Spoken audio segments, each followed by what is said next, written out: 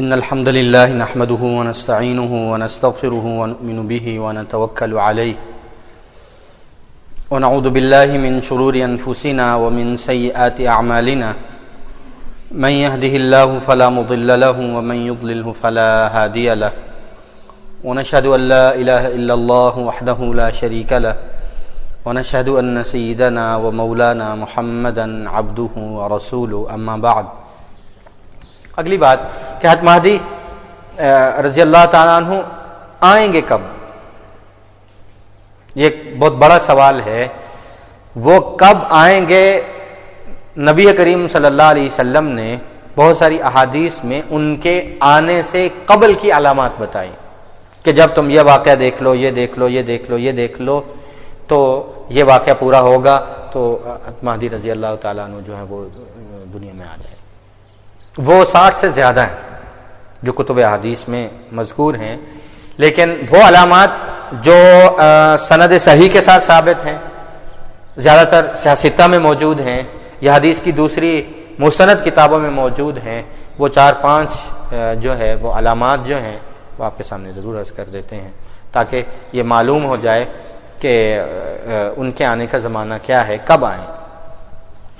ان میں ایک علامت الگ ہے اور 3-4 علامتیں ایسی ہیں جس کو رسول اقدس صلی اللہ علیہ وسلم نے ترتیب کے ساتھ مرحلہ وار بیان کیا ہے کیونکہ وہ زمانی ترتیب کے ساتھ ہے. ایک علامت یہ ہے کہ نبی کریم صلی اللہ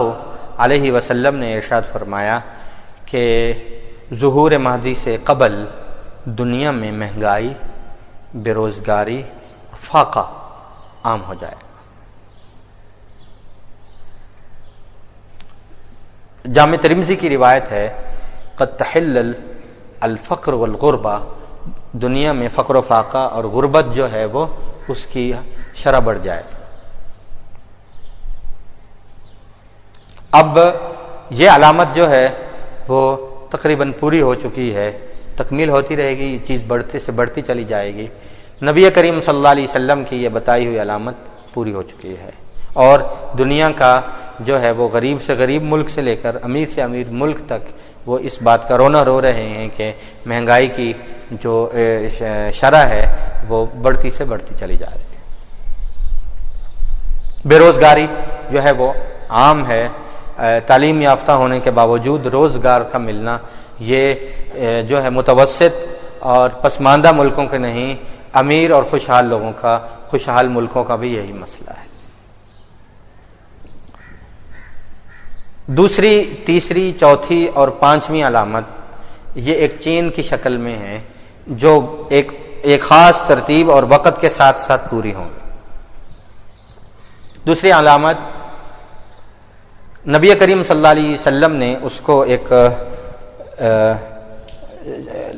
لڑی کی شکل میں زمانی ترتیب کے ساتھ بیان کیا ہے. وہ 2 یا 3 حدیثوں کو ملا کر ہم اس کا خلاصہ یہ نکالتے ہیں کہ حضرت مہدی رضی اللہ عنہ کا ظہور جو ہے وہ 10 محرم یا 9 محرم کو ہونا ہے. سال کوئی بھی ہو، 9 محرم یا 10 محرم کو ہونا ہے. اور ان علامات کی ترتیب جو ہے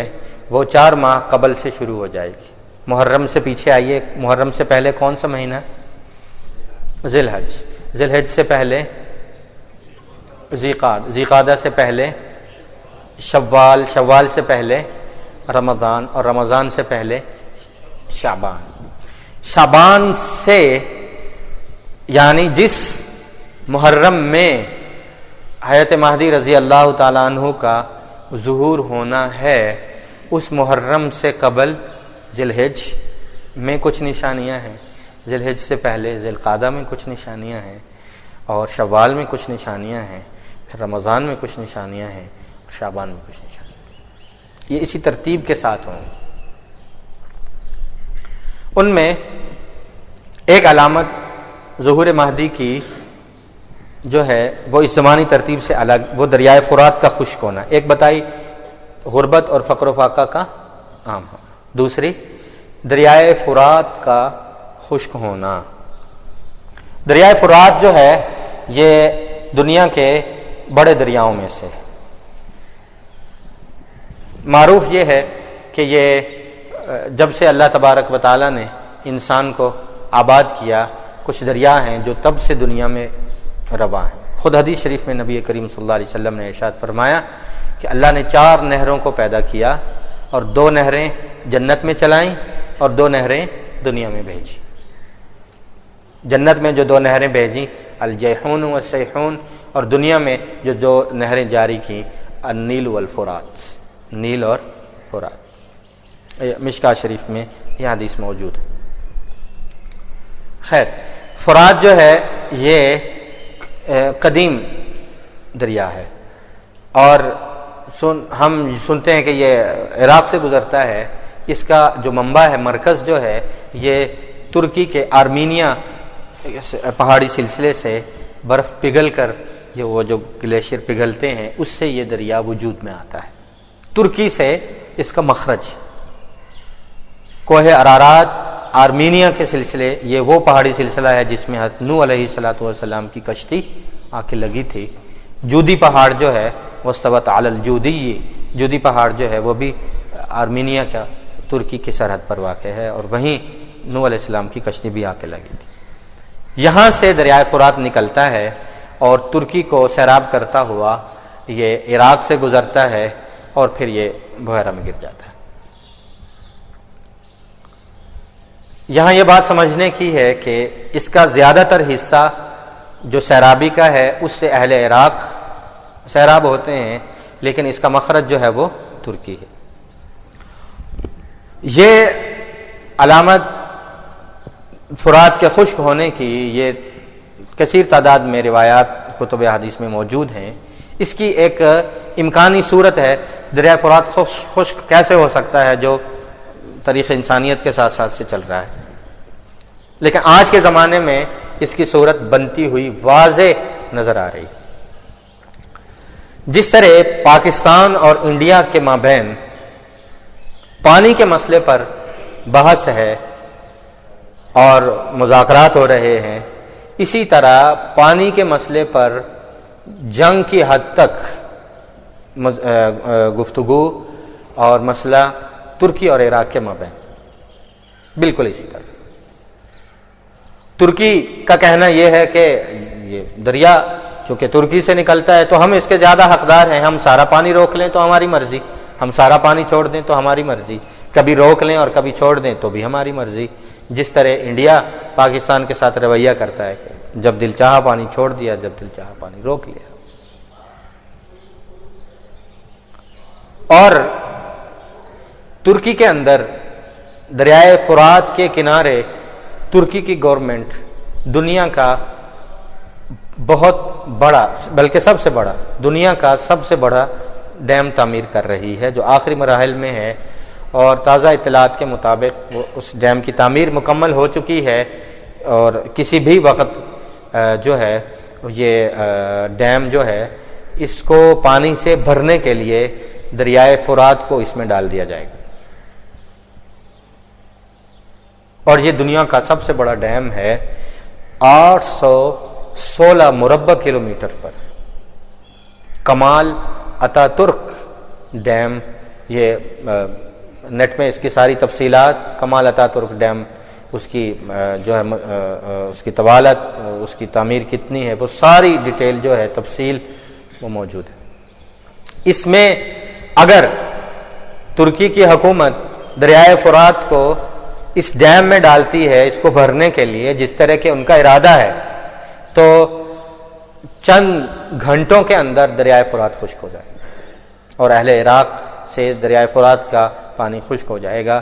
اور رسول اقدس صلی اللہ علیہ وسلم کی یہ حدیث امکانی صورت میں ایسا ہی ہو یہ بھی ممکن ہے، یا اللہ کی طرف سے کوئی اور صورت ہو یہ بھی ممکن ہے، گلیشیئر پگھلنا بند ہو جائیں یہ بھی صورت ہے۔ اللہ اپنی قدرت سے کچھ بھی کر سکتے ہیں، لیکن امکانی حد تک یہ نظر آ رہا ہے کہ دریائے فرات کے خشک ہونے کی امکانی صورت یہ بن سکتی ہے جو آج کی اس دنیا میں ہمیں نظر آ رہا ہے۔ اس کے بعد جو علامات ظہور مہدی ہیں کہ حضرت مہدی کب ظاہر ہوں گے دریائے فرات کے خشک ہو جانے کے بعد، وہ ان کے ظہور کے قریب کے وقت کی ہیں۔ جو محرم میں ان کا ظہور ہے، ذی الحج ذی القعدہ، شوال، رمضان اور شعبان۔ رسول اقدس صلی اللہ علیہ وسلم نے ارشاد فرمایا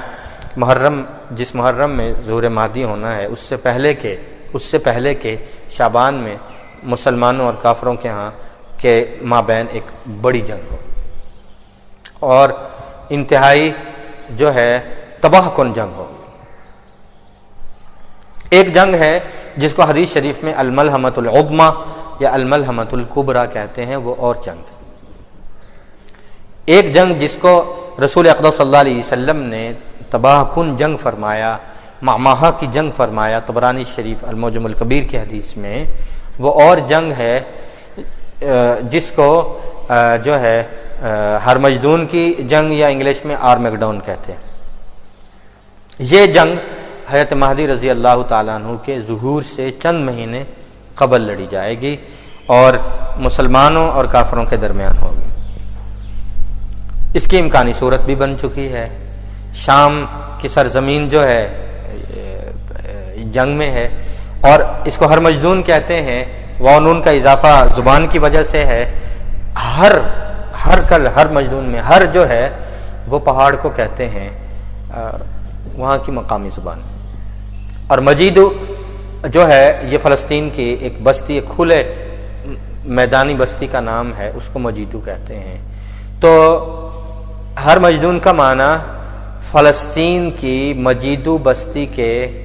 ہر نامی پہاڑی سلسلے کے دامن میں لڑی جانے والی اسلام اور کفر کے درمیان تباہ کن جنگ، جو ظہور مہدی کی ایک نشانی ہے۔ یہ شعبان یا اس کے قریب کی تاریخوں میں یہ جنگ لڑی گئی، تو یہ اس بات کی علامت ہے کہ یہ ہر مجدون کی جنگ ہو چکی، اب حضرت مہدی رضی اللہ عنہ کا ظہور جو ہے وہ بالکل قریب ہے۔ یہ طبرانی شریف کی حدیث میں نبی کریم صلی اللہ علیہ وسلم نے ارشاد فرمایا، اور یہ جنگ جو ہے وہ کچھ عرصہ تک جاری رہے گی۔ نبی کریم صلی اللہ علیہ وسلم نے ارشاد فرمایا شعبان کے بعد رمضان میں 2-3 نشانیاں ہوں گی جو اس بات کی علامت ہوں گی کہ یہ ظہور مہدی سے قبل والا رمضان ہی ہے۔ نبی کریم صلی اللہ علیہ وسلم نے ارشاد فرمایا کہ یہ رمضان المبارک کی الاول من رمضان کی پہلی تاریخ کو قد خسف القمر، چاند گرن ہوگا۔ چاند کی پہلی تاریخ کو یعنی رمضان المبارک کی پہلی تاریخ کو چاند گرن۔ اب یہ بتاتے ہوئے تعجب ہوتا ہے، پہلی بات تو یہ کہ پہلی کا چاند کتنا ہوتا ہے جو کہ گرن ہوگا۔ دوسری بات کہ فلکیات کے علم کے مطابق پہلی کا چاند کبھی گرن ہو سکتا ہی نہیں ہے، چاند ہمیشہ اپنی درمیانی تاریخوں کو گرن ہوتا ہے۔ تو ماہرین فلکیات یہ کہتے ہیں علم الفتن کے اور اس حدیث کے حوالے سے کہ ہمارا علم الفلکیات جو ہے یہ تجربے پر قائم ہے، اور علم الفتن اور علم الحدیث وحی پر قائم، اور جہاں وحی کا سلسلہ ہے وہاں عقل کے گھوڑے نہیں دوڑائے جا سکتے۔ وہاں یہ بات طے ہے کہ یہ حالات و واقعات سے اور روٹین سے الگ چاند گرن ہی تو علامت ہے۔ اگر چاند اپنے درمیانی تاریخوں میں گرن ہو تو عام چاند گرن ہے جس کو آپ علامت نہیں کہہ سکتے۔ پہلی کا چاند گرن ہونا جو ناممکن کا ممکن ہونا ہے، وہی اس بات کی علامت ہے کہ دنیا میں اب وہ کچھ ہونے جا رہا ہے جو ناممکن سے ممکن ہو، اور دنیا ایک الگ موڑ لے رہی ہے، دنیا جو ہے ایک الگ ماحول میں داخل ہو رہی ہے، وہ اس بات کی علامت ہوگی، اور اتنا دفعتاً اتنا اچانک ہوگا کہ علماء الفتن، علماء امت کہتے ہیں کہ ماہرین فلکیات دم بخود اور حیران و پریشان رہ جائیں گے، سالوں سال پہلے کی چاند گرہن کی اطلاع دینے والے اور وقت متعین کرنے والے بھی پریشان رہ جائیں گے کہ یہ اچانک جو ہے وہ چاند کے نظام میں تبدیلی کیوں کر ہو گئی۔ یہ اچانک تبدیلی اور خلاف واقعہ تبدیلی اور پہلی چاند کو گرہن ہونا، یہی اس بات کی علامت ہے کہ یہ چاند گرہن عام چاند گرہن نہیں، لہٰذا آنے والے ایام عام ایام نہیں، یہ دنیا کے خاص ایام شروع ہونے والے ہیں، جس میں دنیا ایک نیا تاریخ، ایک نیا موڑ مڑنے والی۔ اسی طرح دوسری علامت نبی کریم صلی اللہ علیہ وسلم نے ارشاد فرمائی کہ 15 تاریخ کو سورج گرہن ہو جائے گا، اور سورج بھی جو ہے وہ کبھی ان درمیانی ایام میں گرہن نہیں ہوا، سورج آخری تاریخ، چاند کی آخری تاریخوں میں جا کے سورج گرہن ہوتا ہے۔ اور بعض روایات میں یہ بھی آیا ہے کہ چاند 2 دفعہ گرہن ہوگا رمضان المبارک، اور ایسا گرہن جو ہے وہ تاریخ عالم میں، تاریخ انسانیت میں ایسا کبھی ہوا نہیں۔ اور ایک اور علامت وہ بھی رسول اقدس صلی اللہ علیہ وسلم نے ارشاد فرمائی، فَإِذَا لَيْلَةٌ من نصف رمضان، جب رمضان کی آدھا مہینہ گزر چکا ہوگا اور آدھے مہینے کی رات ہوگی، یعنی 15 کو، تو نبی کریم صلی اللہ علیہ وسلم نے ارشاد فرمایا رمضان کی 15 تاریخ جب ہوگی چاند کی، اس کی رات ہوگی، 15 تاریخ کی رات، حضور اقدس صلی اللہ علیہ وسلم نے ارشاد فرمایا کہ فَإِذَا صَوْتًا جَاءَ مِنَ السَّمَاءِ، آسمان سے ایک بہت تیز آواز شروع ہوگی، اور وہ آواز جو ہے وہ آہستہ آہستہ بڑھتی چلی جائے گی، یہاں تک کہ وہ لوگوں کے کانوں کو اور ان کے دلوں کو جو ہے وہ پھاڑ کے رکھ دے گی۔ بعض جگہ یہ آواز بلند ہوگی، بعض جگہ یہ آواز پست ہوگی۔ رسول اقدس صلی اللہ علیہ وسلم نے ارشاد فرمایا کہ اس آواز کی تیزی اور تلخی سے 70,000 لوگ اسی رات میں مر جائیں گے۔ اگلے دن صبح اٹھیں گے لوگ تو یہ پائیں گے یہ خبر کہ 70,000 لوگ اس آواز کی تلخی سے مر گئے۔ معجم الکبیر اس کی 7ویں جلد میں یہ حدیث تفصیل کے ساتھ پورے شرح کے ساتھ موجود ہے، طبرانی سے۔ اور یہ آواز کا جو آواز سے مرنا ہے، یہ واقعات قوموں میں پہلے گزر چکے ہیں، قیامت کی ابتدا بھی ایسے ہی ہے۔ اور ایک فاخذتهم الصیحہ، اللہ فرماتے ہیں ہم نے قوم کو چیخ کے ذریعے تباہ کیا، اور کوئی عذاب نہیں آیا، نہ پتھر برسے، نہ زلزلہ آیا، نہ عذاب آئے، نہ پتھروں کی بارش ہوئی، نہ بستیاں اوندھی جو ہیں کی گئیں۔ کیا ہوا؟ اخذتهم الصیحہ، چیخ آئی، آہستہ آہستہ آہستہ آہستہ ان کے کانوں کو، ان کے دل کو بند کر دیا۔ اور قیامت کا آغاز جو ہے سورہ اسرافیل، وہ بھی اسی آواز اور اسی چیخ سے ہوگا۔ اور انسانی فطرت ہے، انسانی مزاج جو ہے ایک خاص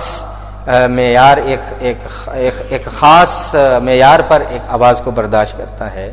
آپ کے کان کے قریب شور ہو، کہ بار بار کوئی ہارن بجائے تو انسانی مزاج اس کو گوارا نہیں کرتا، وہ دل و دماغ پر اثر کرتی ہے۔ یہی اسی آواز کا تسلسل اور اس کا بڑھ جانا جو دل و دماغ کو کاٹ کے رکھ دے گا، اور انتہائی دردناک موت ہوتی ہے جو دل کے پھٹنے سے واقع ہو۔ دل پر اتنا پریشر ہے، دماغ کی رگوں پر اتنا پریشر ہے اس آواز کا کہ اس دباؤ کی وجہ سے، اس پریشر کی وجہ سے موت آ جائے، یہ ایک بڑی علامت ہے ظہور مہدی سے۔ رمضان کے بعد شوال میں کیا ہوتا ہے؟ ہم سب جانتے ہیں کہ حج کی تیاری ہوتی ہے، اور حج کے قافلے جو ہیں وہ رمضان کے متصل بعد حج کے لیے روانہ ہوتے ہیں۔ نبی کریم صلی اللہ علیہ وسلم نے ارشاد فرمایا کہ یہ جو بیچ کا زمانہ ہے، شعبان اور رمضان کے بیچ کا زمانہ، اس میں حضور اقدس صلی اللہ علیہ وسلم نے ارشاد فرمایا کہ عرب کا حکمران انتقال کر جائے، اور اس کے بعد اس کے 3 بیٹے جو ہیں اس کی خلافت پر جھگڑ رہے ہوں گے کہ کون امیر بنے، کون بادشاہ بنے، اس پر جھگڑا ہوگا، اور اس کے 3 بیٹے آپس میں جھگڑ پڑیں گے، ہر ایک کا دعویٰ ہوگا کہ وہ حکمران بننا چاہتا ہے۔ اور یہ حج جو ہے ذوالحجہ میں ہونے والا، یہ بغیر بادشاہ کے ہوگا۔ جنگ اتنی طویل ہو جائے گی اور اتنی زیادہ ہو جائے گی کہ اس کا فیصلہ تب تک نہیں ہوگا۔ حج آئے گا، حج کا موسم گزر جائے گا، اور حج جو ہے وہ بغیر بادشاہ کے ہوگا۔ اس میں عرب کا حکمران تب کوئی بھی نہیں ہو، اور جو 3 شہزادے ہیں وہ آپس میں جھگڑ رہے ہیں۔ اب 3 شہزادے جھگڑ رہے ہوں تو امن تو لازماً مفقود ہو جائے گا، امن کی صورتحال ختم ہو جائے گی۔ نبی کریم صلی اللہ علیہ وسلم نے ارشاد فرمایا کہ حج کے رستے امن والے نہیں ہوں گے، اور کم لوگ جو ہیں وہ حج کے لیے جائیں گے، وہاں امن نہ ہونے کی وجہ سے اور جنگ کی وجہ سے۔ اور جو لوگ حج کے لیے جا رہے ہوں گے وہاں چونکہ قانون ختم ہو جائے گا، گورنمنٹ کی اتھارٹی ختم ہو جائے گی، اور وہاں گروہ قبائل آپس میں جھگڑ رہے ہوں گے، کوئی آئین نہیں ہوگا، لہٰذا حج شوال میں جانے والے حج کے قافلوں کو جو روکا جائے گا ان کو لوٹ لیا جائے گا۔ شوال کے بعد ذی القعدہ، نبی کریم صلی اللہ علیہ وسلم نے ارشاد فرمایا ذی القعدہ میں جو ٹھہرے ہوئے حاجیوں کے قافلے ہوں گے وہ آپس میں جھگڑ پڑے۔ عرب ہیں، کوئی پاکستان سے آیا ہے، کوئی کہیں سے آیا ہے، ایک کہتا ہے فلاں کو بادشاہ ہونا چاہیے، دوسرا کہتا ہے اس کو ہونا چاہیے، تو وہ جس طرح پارٹی ورکر جھگڑ پڑتے ہیں وہ ایک دوسرے کی حمایت میں آپس میں جھگڑ پڑے۔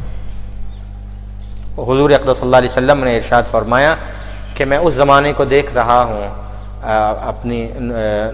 نظر نور نبوت سے کہ میں مینا کی سرزمین پر اپنی امت کا بہتا ہوا خون دیکھ رہا جو آپس میں جھگڑ کے۔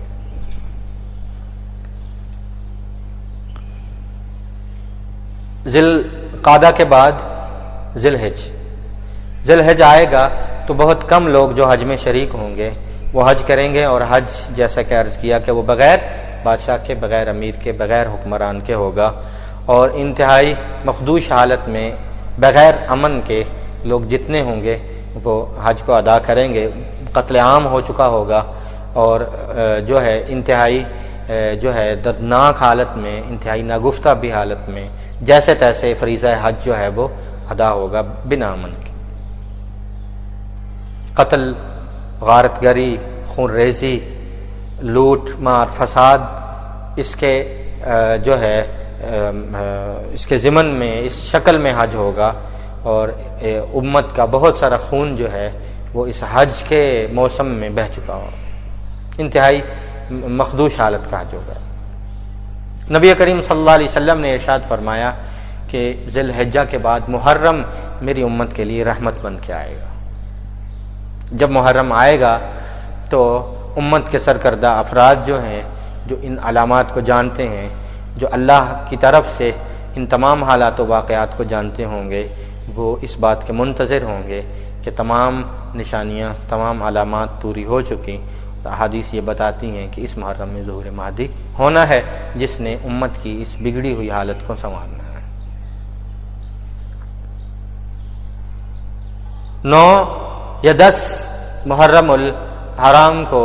حضرت مہدی رضی اللہ تعالیٰ عنہ کا ظہور ہے، اور ابو داؤد میں نبی کریم صلی اللہ علیہ وسلم نے ظہور مہدی کی پوری کیفیت،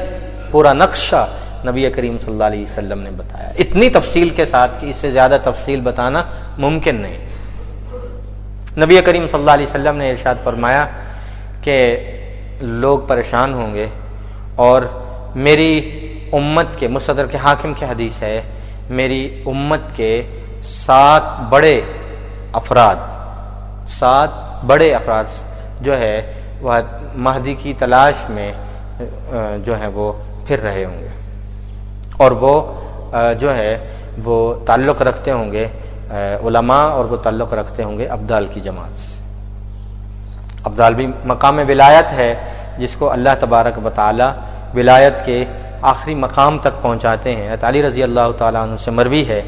کہ دنیا میں 70 ابدال جو ہیں وہ ہوتے ہیں، 40 جو ہیں وہ علاقہ شام میں ہوتے ہیں، اور 30 دنیا کے باقی خطوں میں۔ جب ان میں سے کسی ایک کا انتقال ہوتا ہے، اللہ اس کی بدلے میں، اس کی جگہ میں دوسرا شخص لاتے ہیں، تو اس کی جگہ چونکہ ہر وقت پر ہو جاتی ہے، بدلے میں فوراً جو ہے وہ اس کے مقام پر فائز کر دیا جاتا ہے، اس لیے اس کا نام ابدال رکھا گیا کہ جو ہر وقت پورے ہوتے ہیں اور ان کے بدلے میں کوئی نہ کوئی آتا رہتا ہے۔ ابدال مانا جس کا بدل اللہ ہر وقت تیار رکھتے ہیں۔ جن کی دعائیں اللہ قبول فرماتے ہیں، یسقیہم الغیث، کی وجہ سے جن کی برکت سے بارشیں اترتی ہیں، وینتصر بہم الاعداء، اور ان کی برکت سے اللہ تعالیٰ مسلمانوں کو دشمنوں پر فتح عطا فرماتے ہیں۔ تو یہ 7 علماء و اولیاء کی جماعت، صلحاء کی جماعت حضرت مہدی رضی اللہ عنہ کی تلاش میں ہوگی۔ اس کی کیفیت نبی کریم صلی اللہ علیہ وسلم نے تفصیل کے ساتھ ارشاد فرمائی، بڑی دلچسپ ہے۔ نبی کریم صلی اللہ علیہ وسلم نے ارشاد فرمایا کہ یہ لوگ پریشان ہوں گے امت کے حالات سے، عرب کے حالات سے، مسلمانوں کے قتل عام سے۔ اس سے پہلے امت کن حالات سے گزر رہی ہوگی، کوئی ان کو سنبھالنے والا نہیں، امت کا کوئی متفقہ قائد نہیں ہے، اور امت کو جو ہے اتفاق و اتحاد کی لڑی میں پرونے والا کوئی ایسا شخص نہیں جس کے جھنڈے تلے سارے جمع ہو جائیں اور امت مسلمہ یکجا ہو جائے اور اپنے عظمت رفتہ کو بحال کرے۔ امت ایسی بکھر چکی ہوگی۔ تو نبی کریم صلی اللہ علیہ وسلم نے ارشاد فرمایا کہ یہ 7 افراد ان علامات کی وجہ سے اس حلیے کو جو حدیث شریف میں آئے اس کو سامنے رکھ کر مہدی کی تلاش کر رہے ہیں۔ اور ادھر محمد بن عبداللہ المہدی رضی اللہ تعالی عنہ جو عرض کیا کہ مدینہ کے رہنے والے ہیں، یہ حج کے موسم میں بیت اللہ آئیں گے اور بیت اللہ کا طواف کر رہے ہوں گے۔ تو رسول اقدس صلی اللہ علیہ وسلم نے ارشاد فرمایا ان حضرات کی پہلی ملاقات جو ہے وہ مکہ میں ہے، اور یہ ان کے پاس جائیں گے کہ ہمارے علم کے مطابق آپ مہدی ہو، آپ اعلان کریں، ہم سب آپ کے حامی ہیں۔ اور رسول اقدس صلی اللہ علیہ وسلم نے ارشاد فرمایا کہ ان میں سے ہر شخص جو ہے وہ اپنا ایک مقام رکھتا ہے، یعنی وہ خود علمی اور جو ہے روحانی صلاحیت رکھتا ہے اور اپنے علاقے میں اپنا جو ہے وہ ایک اثر و رسوخ رکھتا ہے، اپنے علاقے کی بڑی دینی اور روحانی شخصیت ہوگا۔ تو حضرت مہدی کہیں گے کہ میں تو ایک امتی ہوں، رسول اللہ صلی اللہ علیہ وسلم کے دین کا ایک مددگار ہوں، میں تو مہدی نہیں ہوں۔ تب تک ان کی طرف جو مہدویت ہے وہ الہام نہیں ہوگی۔ یہ لوگ مکہ میں رہتے ہیں، چونکہ حج کرنے والے مکہ میں رہتے ہیں، تو حضرت مہدی رضی اللہ تعالی عنہ حج سے فارغ ہونے کے بعد وہ چونکہ مدینہ کے باسی ہیں، مدینہ کے باشندہ ہیں، وہ اپنے گھر واپس مدینہ چلے جائیں گے۔ اب آپ بھی سمجھتے ہیں کہ جو حج کرنے جاتا ہے وہ حج کرنے کے بعد، حج سے فارغ ہونے کے بعد کہاں جاتا ہے؟ مدینہ منورہ۔ یہ لوگ، یہ علماء اولیاء کی جماعت مدینہ منورہ جائے گی، اور رسول اقدس صلی اللہ علیہ وسلم نے ارشاد فرمایا ان کی دوسری ملاقات مسجد نبوی میں، مدینہ میں۔ یہ پھر کہیں گے کہ علامات پوری ہو چکی، زمانہ یہی ہے، حلیہ یہی ہے، اور ہمارا علم ہمیں بتاتا ہے کہ آپ ہی مہدی ہو، آپ کیوں نہیں اعلان کرتے؟ وہ برات کا اعلان کر دیں گے کہ مجھے اللہ تعالیٰ کی طرف سے کوئی خبر نہیں، میں رسول اقدس صلی اللہ علیہ وسلم کا امتی اور ایک حامی اور عام مددگار۔ کچھ عرصہ جیسا حاجی مدینہ میں کچھ 8 دن، 10 دن، 12 دن، 15 دن رہنے کے بعد واپس کہاں آتا ہے؟ مکہ میں۔ یہ علماء اولیاء کی جماعت واپس مکہ میں آ جائے گی۔ یہ وہ ایام ہیں جو گزر رہے ہیں حج کے بعد کے 10 ذی الحجہ سے لے کر محرم کے بیچ کا یہ تقریباً 25 دن یا 1 مہینے کے لگ بھگ کا فاصلہ ہے۔ یہ یوں پورا ہو رہا ہے کیونکہ رسول اقدس صلی اللہ علیہ وسلم نے ارشاد فرمایا کہ العاشرہ من محرم، محرم کی 10واں دن ہوگا یا 10ویں رات ہوگی جب انہوں نے ظہور میں، تو 1 مہینہ یوں پورا ہو رہا ہے ملاقاتوں میں آنے اور جانے۔ اب یہ حج کرنے والے علماء اولیاء جو ساتھ ہیں، یہ مدینہ سے واپس کہاں جانا ہے انہوں نے؟ مکہ مکرمہ میں۔ تو رسول اقدس صلی اللہ علیہ وسلم نے ارشاد فرمایا کہ جس دن یہ مکہ مکرمہ پہنچیں گے وہ رات فیصلے کی رات ہوگی۔ المہدی منا، ابن ماجہ کی روایت، المہدی منا من اہل البیت یصلحہ اللہ فی لیلۃ، اس فیصلہ کن رات میں اللہ تبارک و تعالی محمد بن عبداللہ المہدی رضی اللہ عنہ کو وہ مقام مہدویت، وہ صلاحیتیں، وہ صفات ان میں بدیت کر دے گا۔ اب ان کو اللہ تبارک و تعالی کی طرف سے حکم ہوگا کہ مکہ جائیے اور اعلان مہدویت کیجیے، اور علماء و اولیاء فارغ ہو کر پہلے سے مکہ پہنچ چکے ہیں۔ اب تیسری ملاقات ان کی مکہ مکرمہ میں ہو رہی ہے، اور یہ علماء و اولیاء انتہائی، حدیث شریف میں الفاظ ہے کہ بہت سختی کے ساتھ جا کے ان کو جھنجھوڑیں گے اور حضرت مہدی رضی اللہ تعالی عنہ رسول اکرم صلی اللہ علیہ وسلم نے ارشاد فرمایا بیت اللہ سے چمٹ کر رو کر دعا کر رہے ہوں گے کہ اللہ تو نے مجھے مقام محدویت پر فائز کر دیا ہے، مجھ سے امت کے اتحاد و اتفاق کا کام لے لے اور غلبہ اسلام کا کام۔ امت کے احوال پر رو رہے ہوں کہ علماء اولیاء ان کو کہیں گے کہ دیکھیں آپ کی ہماری تیسری ملاقات ہے، اور آپ آج اگر ہماری بات کو نہیں مانیں گے تو امت میں جتنا فساد اور جتنا خون ہو رہا ہے اس کے ذمہ دار آپ ہیں۔ حدیث شریف میں الفاظ موجود ہیں کہ وہ ان کو پکڑ کر ان کے کندھوں سے پکڑ کر ان کو جھنجھوڑیں گے۔ تو رسول اکرم صلی اللہ علیہ وسلم نے ارشاد فرمایا کہ مہدی رضی اللہ عنہ ان سے کہیں گے کہ اللہ کی طرف سے اعلان ہو چکا ہے اور مجھے خبر ہو چکی ہے، میں مقام محدویت پر فائز کر دیا گیا ہوں، تم اگر میرے حامی اور مددگار ہو، تم اس سے پہلے ملاقات کر چکے ہو، تو میرے ہاتھ پر بیعت کرو کہ تم میرا ساتھ نہیں چھوڑو گے، تمہاری بیعت کر لینے کے بعد میں اعلان محدویت کروں گا۔ تو رسول اکرم صلی اللہ علیہ وسلم نے ارشاد فرمایا یہ بیعت عام بیعت سے پہلے خاص بیعت ہوگی، جو نہ صرف خلافت کی بیعت ہے، جو نہ صرف جہاد کی بیعت ہے، یہ بیعت علی الموت، کہ جب تک اس جان میں جان ہے، جب تک اس بدن میں سانس ہے، ہم آپ کا ساتھ نہیں چھوڑیں گے اور جہاد میں آپ کا ساتھ دیں گے۔ وہ بیعت جو نبی کریم صلی اللہ علیہ وسلم نے اہل حدیبیہ سے صحابہ کرام سے بیعت رضوان کے موقع پر لی تھی، موت کی بیعت ہے، جہاد کی بیعت ہے، خلافہ کی بیعت ہے۔ رسول اقدس صلی اللہ علیہ وسلم نے ارشاد فرمایا کہ اس بیعت کر لینے کے بعد عشاء کے وقت کے قریب ابو داؤد شریف کی حدیث ہے کہ حضرت مہدی چلتے ہوئے آئیں گے، چند لوگ ہوں گے، حج کا موسم ختم ہو رہا ہے، ویسے لوگ حج میں کم آئے، فساد اور امن نہ ہونے کی وجہ سے عرب میں جنگ ہو رہی ہے، تو حضرت مہدی رضی اللہ تعالی عنہ ما بین الرکن والمقام، الرکن جب آتا ہے تو اس سے مراد رکن یمانی نہیں ہوتا، الرکن سے مراد حجر اسود ہوتا ہے۔ رکن یمانی آتا ہے یا اکیلا رکن آئے تو رکن یمانی مراد ہے، اور جب الرکن آئے تو اس سے حجر اسود مراد۔ ما بین الرکن والمقام، حجر اسود اور مقام ابراہیم کے درمیان میں کھڑے ہو کر حضرت مہدی رضی اللہ تعالی عنہ اپنے مہدی ہونے کا اعلان کرتے ہیں۔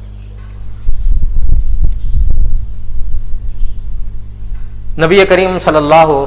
علیہ وسلم کی رحمت کے قربان کہ نبی کریم صلی اللہ علیہ وسلم نے وقت، حالات، علامات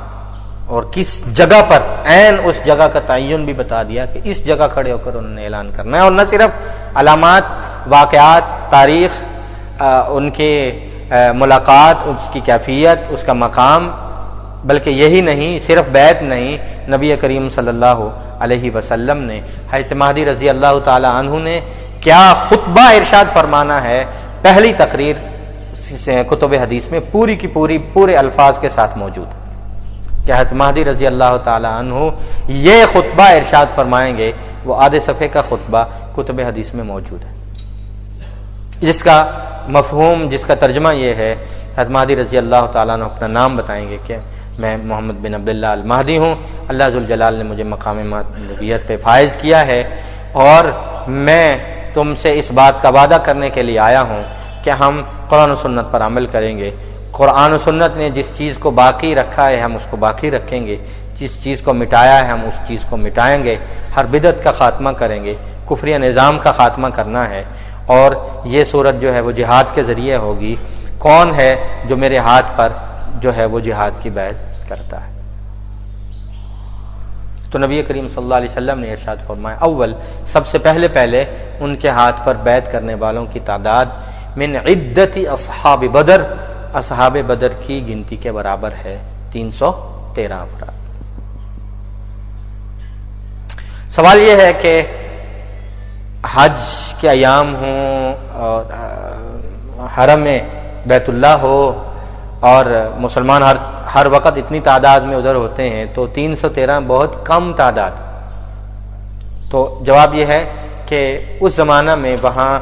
چونکہ فتنہ ہے، جنگ ہے، امن نہیں، شامل ہونے والوں کی تعداد پہلے کم ہے، اور دوسرا یہ کہ حالات و واقعات کی خبر رکھنے والے لوگ کم ہیں، وہ سمجھیں گے کہ شاید یہ بھی ممکن ہے کہ مہدی کا دعویٰ کرنے والے اس سے پہلے بھی بہت آئے جو لوگ شکوک و شبہات کا شکار ہیں، جن کو حالات و واقعات کا پورا علم نہیں۔ تو نبی کریم صلی اللہ علیہ وسلم نے ارشاد فرمایا کہ مہدی رضی اللہ تعالی عنہ مہدویت کے اعلان کے بعد وہ بغیر دیکھیے اللہ تبارک و تعالی نے ان کو ساری صلاحیتیں ودیت کر دی ہیں، آ کر ان کا جو طریقہ ہے وہ مذاکرات کا نہیں ہے، آ کر ان کا جو طریقہ جو ہے وہ انتظام و انصرام کا نہیں، آتے ہی انہوں نے تبدیلی کی جو شکل ہے اور اسلام کو غلبے کی جو صورت ہے وہ یہ بنائی کہ انہوں نے کہا کہ میرے ہاتھ پر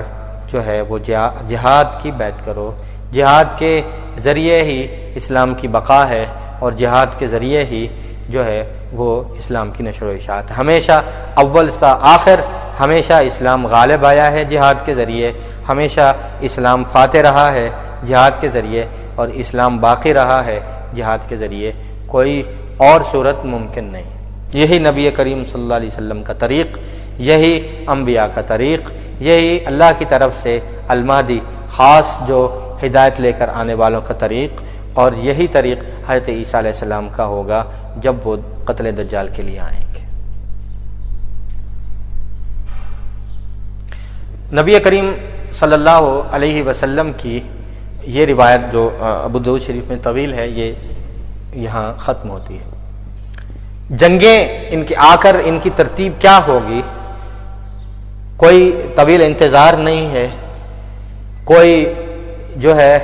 وہ جو ہے ترتیب کے نام پر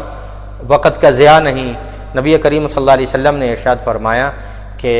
آتے ہی حضرت مہدی رضی اللہ تعالیٰ عنہ اس بیعت کے بعد جو ہے وہ اعلان جہاد کر دیں گے اور پوری دنیا کو خبر کر دیں گے کہ پوری دنیا کی حکومتیں اور پوری دنیا کی حکمرانیاں ختم ہوتی ہیں۔ میں ان سب کو اعلان کرتا ہوں کہ یہ زمین اللہ کی ہے، اللہ کا حکم نافذ ہونا ہے، اپنا امر ختم، حکومت اور گورنمنٹ ختم، یہاں اللہ کا قانون نافذ ہوگا۔ جو ہے اللہ کی زمین کو اللہ کے محافظ کے جو ہے ذمہ دار کے سپرد کرتا ہے وہ ٹھیک، جو سپرد نہیں کرے گا اس کے خلاف اعلان جہاد ہے۔ حضرت مہدی رضی اللہ تعالیٰ عنہ کی رسول اقدس صلی اللہ علیہ وسلم نے صحیح مسلم میں جو جنگیں فرمائیں، ارشاد فرمائیں، وہ چار بڑی جنگیں حضرت مہدی رضی اللہ تعالیٰ عنہ کی ہیں۔ پہلی جنگ حضرت مہدی رضی اللہ تعالیٰ عنہ کی جزیرۃ العرب میں نام نہاد مسلمانوں کے ساتھ، جو تین بھائی آپس میں جھگڑ رہے ہیں ایک بادشاہت کے لیے، وہ کسی چوتھے کی بادشاہت کو کیسے قبول کریں کہ حکمرانی ان کے حوالے، جو پہلے لڑ رہے ہیں جھگڑ رہے، اور یہ لڑائی اور یہ جھگڑا اس کی صورت جو ہے وہ اہل خبر لوگ جانتے ہیں کہ عرب کی رائل فیملی میں اس وقت کتنے اختلاف اور جو ہیں عرب کے کتنے ہی خاندان اور کتنے افراد ہیں جو اس لیے ملک بدر کر دیے گئے ہیں کہ وہ اپنی بادشاہی کے لیے رستہ ہموار کر رہے ہیں۔ اور صورت اس طرح بھی بنتی نظر آتی ہے کہ عرب کے جو موجودہ حکمران شاہ عبداللہ ہیں، اس کے نیچے کے جو ولی عہد اور اس کے نیچے جو ولی عہد، جو دو حکمران اس کے بعد بننا تھے، وہ دونوں مر چکے ہیں، ان دونوں کا انتقال ہو چکا ہے۔ شاہ عبداللہ کے بعد جس نے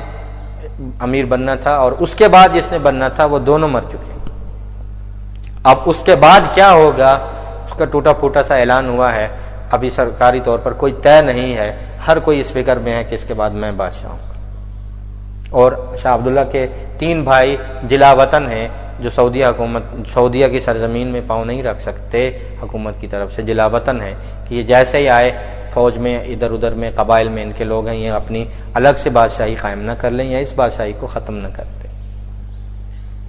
یہ ایک امکانی صورت ہے، اللہ ذوالجلال ہم بتا رہے ہیں